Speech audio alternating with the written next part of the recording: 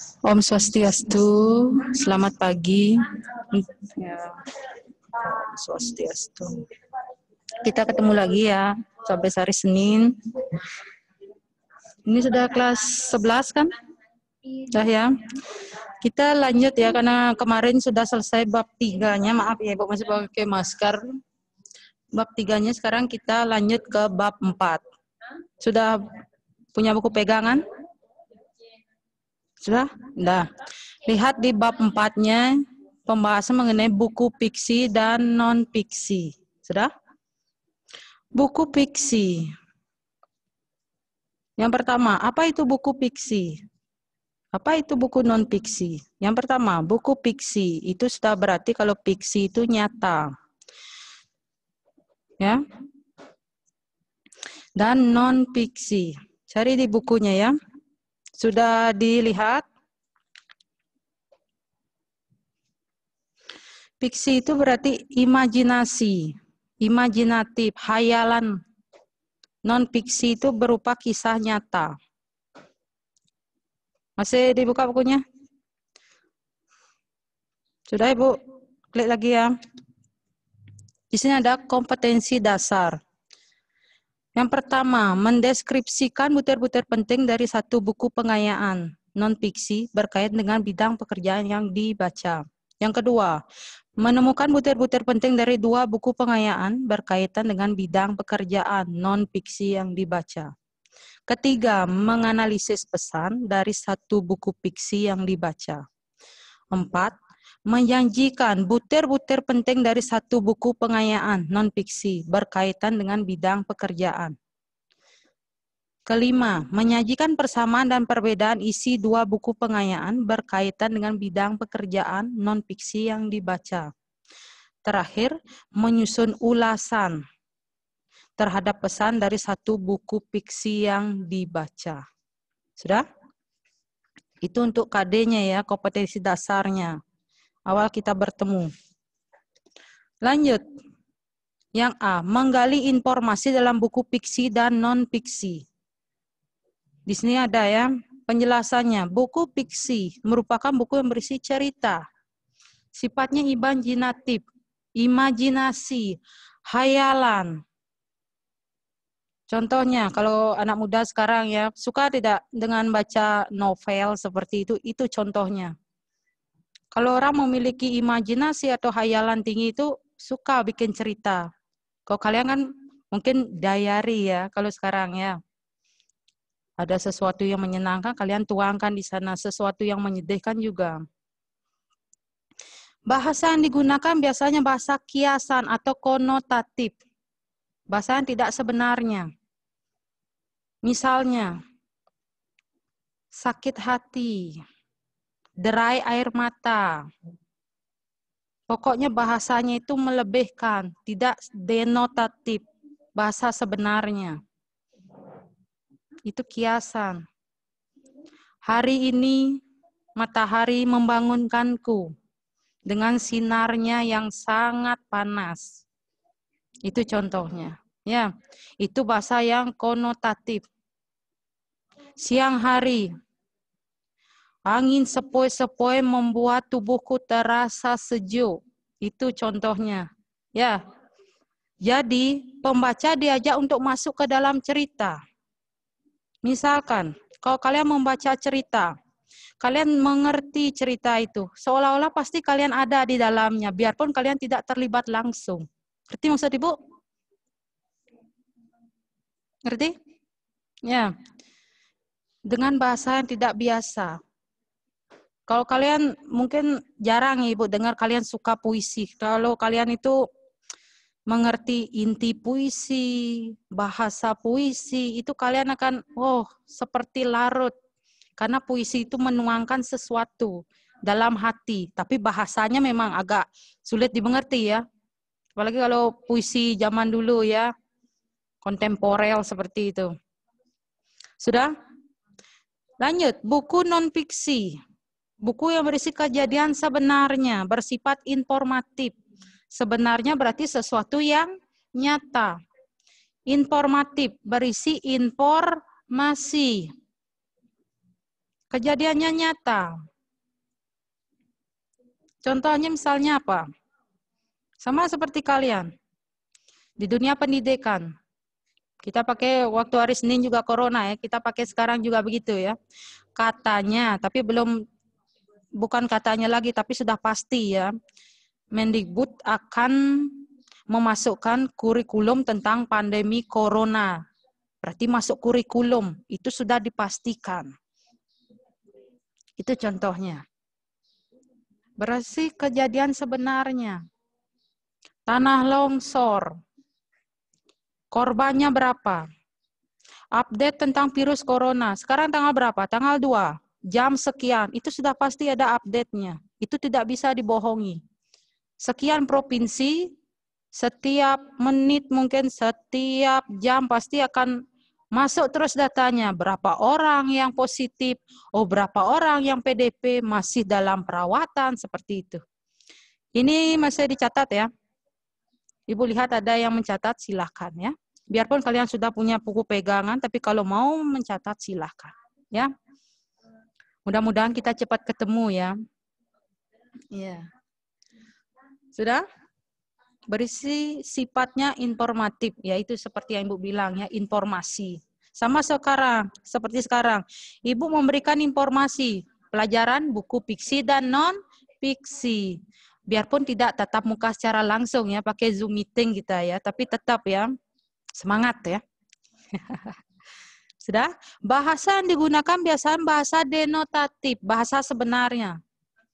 Artinya tidak bahasa yang seperti tadi. Bahasa kiasan, apa itu? Saya tak ngerti. Kalau bahasa sebenarnya, sama seperti Ibu ngajar sekarang. Pakai bahasa Indonesia.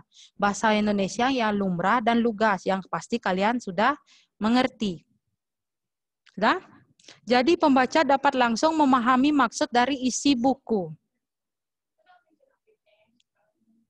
Di buku, misalkan, ada buku fiksi dan non-fiksi. Sama seperti Ibu membuat slide ini. Dari 1 sampai 11 slide, semuanya berisi informasi. Inti-inti pokok yang akan kita bahas hari ini. Ya, silakan kalau ada yang mau mencatat, silakan ya.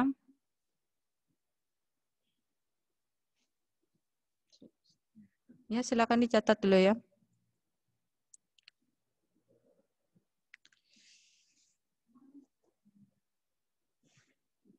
Kalau sudah selesai, acungkan jempol ya, biar bisa Ibu lanjut. Ya. Nanti kalau kita, ya, Niko Mangsri Yulia sudah selesai nyatatnya? Udah. Di bawahnya Dewayu Dwi Ratna. Belum? Masih mau nyatat ya? Ya, silakan. Ya, silakan. Nanti kalau kita ketemu langsung dari bab 1 sampai bab 4 kita bahas ulang ya, biar lebih mengerti, ya enggak? Ya kalian juga enak nanti belajarnya. Untuk sementara beginilah dulu ya.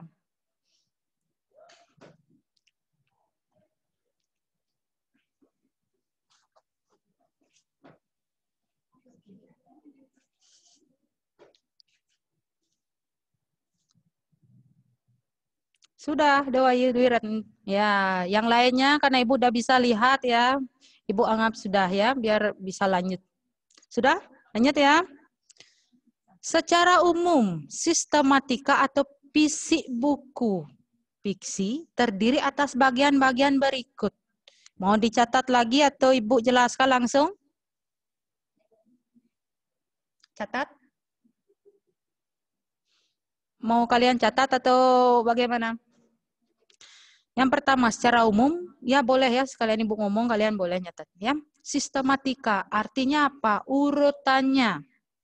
Fisik, artinya bagian luar. Sama seperti buku pegangan yang kalian pakai sekarang. Pasti ada sampul. Itu menandakan, buku itu judulnya apa. Agar kalian tidak salah ya, bahasa Indonesia, nanti kalian bawa bahasa Jepang, bahasa Inggris ya. Mentang-mentang bahasa, ya enggak? Kan beda dah itu, ya enggak? Halaman judul, sudah pasti ya. Di setiap lembar pasti ada halamannya. Kalau tidak kita enggak tahu, sampai halaman berapa. Pasti kalau di kelas dikasih tahu sama guru, sampai halaman ini. Nanti pastinya minggu depan di flashback. sampai halaman berapa ya? Pasti begitu bertanya gurunya. Seolah-olah itu bertanya ya, apakah kalian masih ingat atau tidak sama pelajarannya. Benar enggak? Lanjut, hak cipta. Ini penting ya. Karena siapapun yang memiliki atau mencetak buku ini haknya mutlak. Jadi siapapun yang mengcopy tanpa pemberitahuan itu hukumnya sudah jelas ya dalam Undang-Undang Hak Cipta. Di sana kan ada di bawahnya ISBN. Itu nomor seri buku. Sama, lihat saja nanti ya di pegangannya ya. Daftar isi sudah tahu kan? Yang pertama pasti berisi bab pertama misalnya apa. Prosedur di sana sudah ada isinya A sampai sekian ya. Bab 2 seperti itu ya. Silakan kalau mau dicatat. Isi buku yang terbagi dalam jumlah bab atau judul. Sama seperti yang tadi Ibu bilang ya. Bab 1, bab 2, bab 3 sampai bab 4. Ya, bab yang terakhir ini ya. Lanjut tentang penulis, itu termasuk biografi. Misalkan buku kalian siapa yang mencetak? Ada kan di sana ada biografi, misalnya Bu Eri Astuti seperti itu. Kan sudah ada tim koordinator, tim pencetak, itu ada biografi, biodata. Ya. Sudah semuanya selesai mencatat? Ya untuk perwakilan ya. Sri Yulia sama Dwi Ratninya, Dewayunya. Sudah? Sudah selesai mencatat? Sudah? Anggu kalau sudah ya? Ya. Kita lanjut ya. Yang lainnya mohon maaf ya, hanya 2 orang ini yang bisa Ibu lihat. Yang lainnya Dewadi Putra sama Sulistia ini ya. Kelihatan ya. Sudah? Nyoman, Ibu enggak tahu siapa namanya itu. Yang jelas Ibu udah bisa lihat, yang Ibu lihat itu seperti lemari seperti itu. Sudah? Lanjut, secara umum, sistematika atau fisik buku non-fiksi. Non-fiksi, sudah? Ya. Ini berarti nyata. Ya, sebagai berikut. Sama seperti tadi, ada sampul. Halaman judul, hak cipta. Tidak usah Ibu bilang, karena sudah tadi ya. Kata pengantar, ini penting.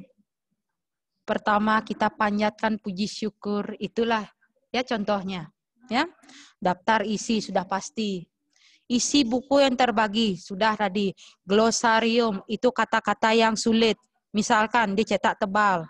Oh, apa artinya fiksi? Masuk ke sana. Apa artinya non fiksi? Masuk ke sana. Teks prosedur apa artinya? Ya. Lanjut daftar pustaka. Buku yang kalian pegang sama buku yang Bu pegang itu sudah pasti tidak ada dalam satu sumber. Banyak sumber. Misalnya, prosedur diambil dari buku berjudul apa? Itu dimasukkan. Pencetaknya siapa? Itu ke daftar pustaka. Tahun terbit, siapa yang menerbitkan? Nama penerbit. Itu contohnya ya. Sekalian saja ya. Indeks. Ini sama ya. Bahasa yang sukar masuknya di sana. Lampiran, sesuatu yang banyak orang anggap itu tidak penting, tapi sebenarnya itu perlu ya. Sama seperti kalian ya, catatan-catatan.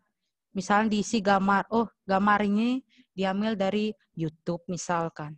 Ya, tidak ada di buku pegangannya yang di utama, tapi ada di sampingnya atau di bawahnya itu.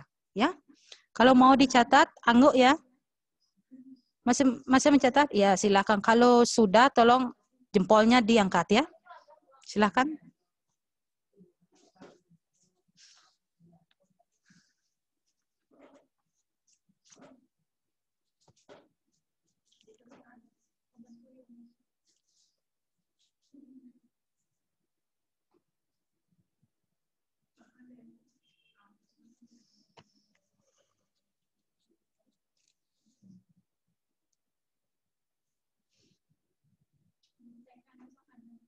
Ya, catat dulu.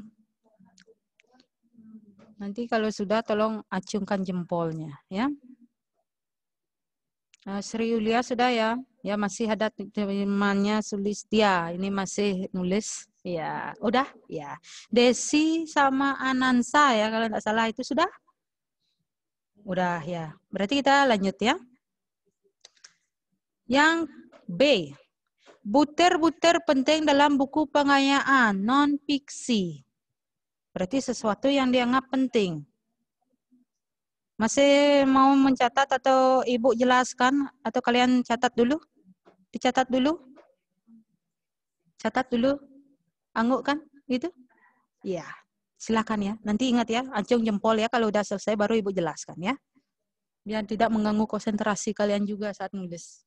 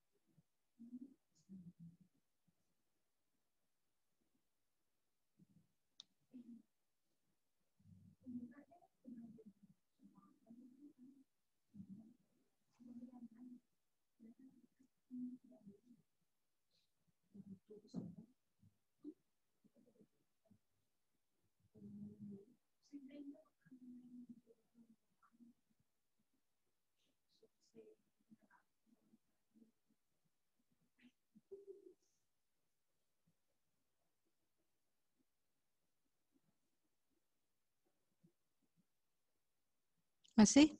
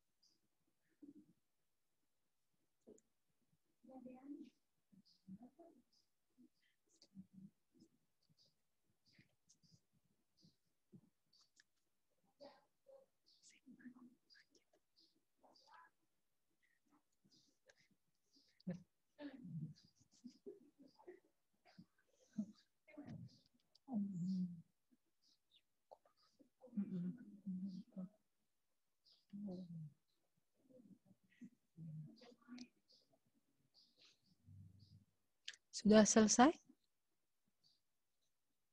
Udah? Ya, sekalian langsung aja ya. Ya, Sri Yulia sudah ya. Ya, lanjut. Salah satu contoh buku non-fiksi adalah buku pengayaan. Buku pengayaan pengetahuan merupakan buku yang mampu memberikan tambahan. Contoh seperti buku yang kalian pegang. Ya. di sekolah. Itu ada kan modulnya yang 2A ya, kalau sekarang masih semester 1-nya. Itu buku yang pasti dikeluarkan oleh Menteri Pendidikan ya. Kurikulum itu sudah pasti bukunya nyata. Baik yang berhubungan langsung dengan materi dalam lembaga pendidikan maupun di luar itu. Sama seperti sekarang. Buku ini contohnya buku non-fiksi, buku yang kalian pegang. Dikasih enggak buku yang warna biru itu juga? Yang tebal itu? Atau cuma modul yang kecil ini? Yang LKS saja? Yang tebalnya, oh maaf ya bahasa Indonesia, oh yang warna itu ya? Oh, ibu kira salah warna ya. Mungkin itu kelas, untuk gurunya ya kalau biru ya, maaf ya. Sudah, lanjut lagi yang di bawahnya, buku pengayaan pengetahuan, buku yang memuat materi yang dapat memperkaya aspek kognitif pembaca, sehingga konsep dasar pengetahuan, itu pengetahuan kalian itu dikembangkan. Misalkan kalian baca buku tanpa diberikan penjelasan sama guru, ngerti enggak? Sama seperti waktu e-learning dulu. Bukan cuma jawaban yang ibu dapat ya waktu e-learning kelas 2 kakak kalian dulu, tapi juga saran dan kritik. Banyak sekali ibu dapat. Di bawahnya ibu lihat, oh kok beda ini, saya enggak buat soal ini, tapi ada soal seperti itu. Oh di sini banyak sekali mereka mencurahkan, memang benar ya. Mereka kesulitan. Siapapun sekarang sudah sangat sulit ya. Ibu tahu ya kesulitan kalian tuh di kota ya. Tapi bagaimana lagi, inilah ya. Kita tidak berani menanggung resiko. Nanti salah-salah kalau kita sama seperti tidak ada pemberitahuan kita masuk, dimarahin. Sama seperti sekarang kan OTG juga banyak ya. Orang tanpa gejala, kita kan tidak tahu. Tubuh kita itu tetap kelihatan sehat, segar. Saat di scanner, itu suhunya normal. Kita kan tidak tahu 2 minggu setelah itu ada perbedaan. Ya, itu maksudnya. Sudah? Baik konsep dasar ilmu maupun perkembangan keilmuan yang dirunut, artinya yang diurut. Misalkan sama seperti tadi. Yang pertama, bab 1-nya, teks prosedur. Setelah itu diurut.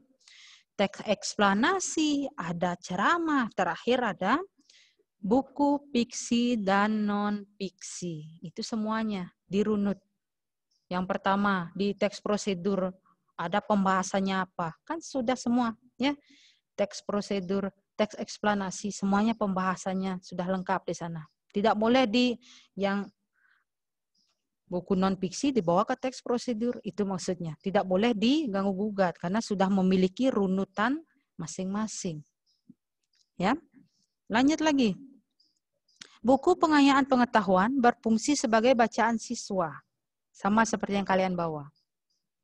Biarpun tidak bertemu dengan guru, kalian baca itu. Kalau tidak mengerti kan ada Pak Google ya. Kalian lihat, oh apa artinya ini? Ya enggak? Ya kalian benar kan? Boga saya ngerti, pasti ya Google balik malonnya ya. Boga misi kota ya. Yang saya misi ale wifi gratis ya. Sudah? Ciri-ciri buku pengayaan pengetahuan berdasarkan pusat kurikulum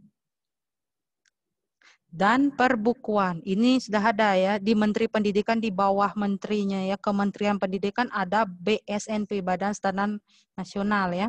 Ada kurikulum di sana. Oh, ini untuk buku kelas 1-nya, begini modelnya. Buku kelas 2 seperti ini. Ditingkatkan terus ya. Sama seperti kalau sekarang kan mungkin katanya udah enggak ada ujian nasional ya. Kalau ada dari pelajaran kelas 1 sampai kelas 3 kena semua di UN-nya. Ya enggak? Itu dirunut.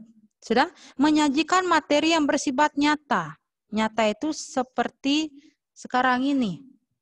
Kalian bawa bukunya. Ibu kasih pelajaran. Kalian mengerti dengan apa yang ibu ucap.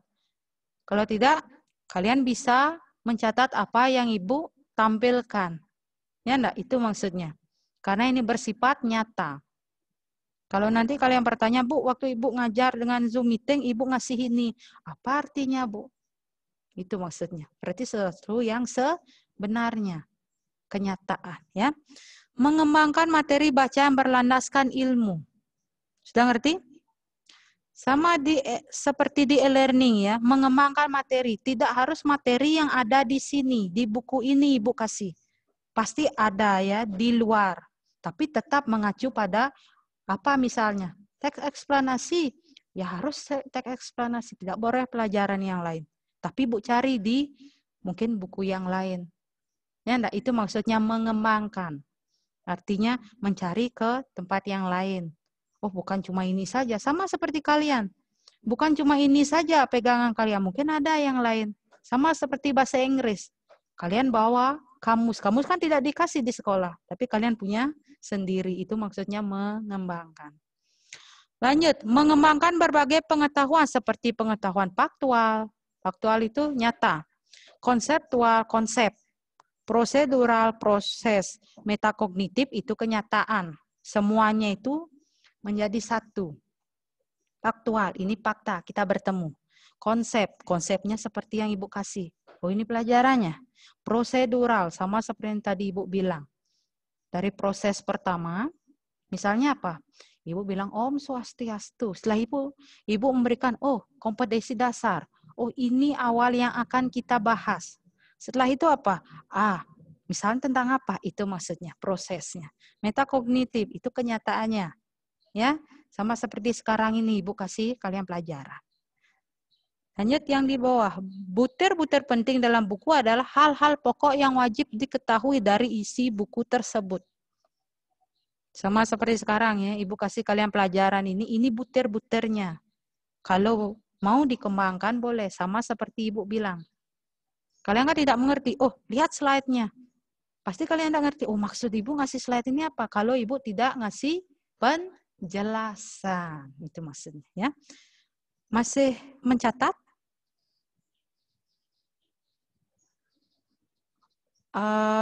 Ada yang masih mencatat? Cahyani masih mencatat ya? Ya. Nanti kalau sudah selesai anggurkan ya. Sulistia juga ya. Kalau sudah kasih jempol aja ke atas ya biar gampang Ibu ya. Sri Yulia masih mencatat atau masih?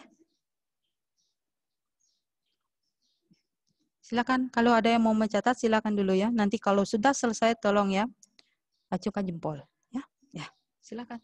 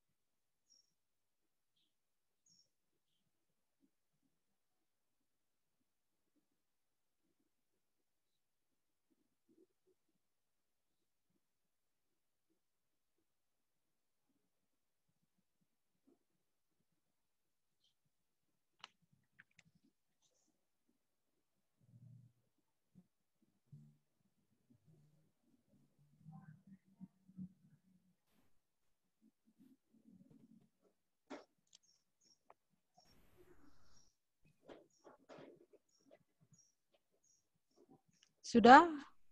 Sudah selesai semua? Ya. Sudah ya, kita lanjut ya.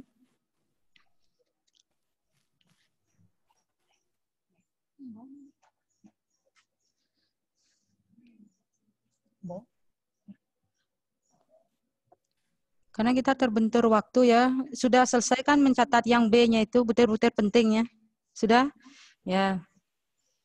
Kita lanjut nanti ya pada pertemuan berikutnya. Itu untuk C, mungkin untuk di penjelasan nanti sama Ibu yang berikutnya ya. Mungkin Bu Waspa atau Ibu enggak tahu ya. Tapi kalian masih yang nomor B yaitu butir-butirnya ya. Tadi kita awali dengan Anjali ya, sekarang Pramosanti. Ibu pimpin dari sini ya. Om Santi Santi Santi Om.